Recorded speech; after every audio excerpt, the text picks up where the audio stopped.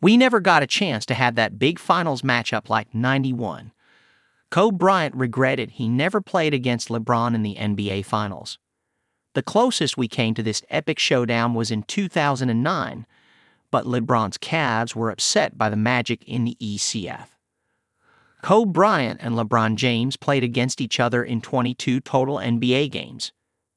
Bryant averaged 24.6 points, 5.0 rebounds, 5.2 assists, and 1.1 steals, while James put up 28.2 points, 7.4 rebounds, and 7.3 assists per game in those matchups.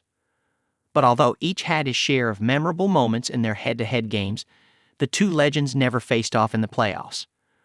Playing in different conferences, their paths never crossed on the game's biggest stage, as the basketball gods denied fans a Kobe versus LeBron NBA Finals showdown.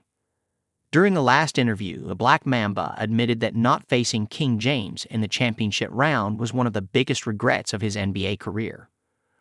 Unfortunately, we never got the chance to have that big finals matchup like '91 where Magic played Mike in the finals, and it was like, all the hype and all that stuff.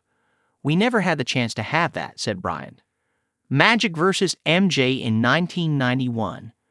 The 1991 NBA Finals was one of the most iconic in league history. It featured the league's two best players on opposing teams. When the Bulls won, it was considered the symbolic passing of the torch from Magic Johnson to Michael Jordan. It also marked the end of the Showtime Lakers' run and the rise of the Bulls dynasty. Chicago's rule ended with The Last Dance in 1998 after they won their sixth NBA championship in 8 years. A couple of years later, Kobe and Shaquille O'Neal led the Los Angeles Lakers to a three-peat. James then entered the NBA in 2003, and as Jordan was to Magic in the late '80s, he was chasing Bryant as the best player in the league.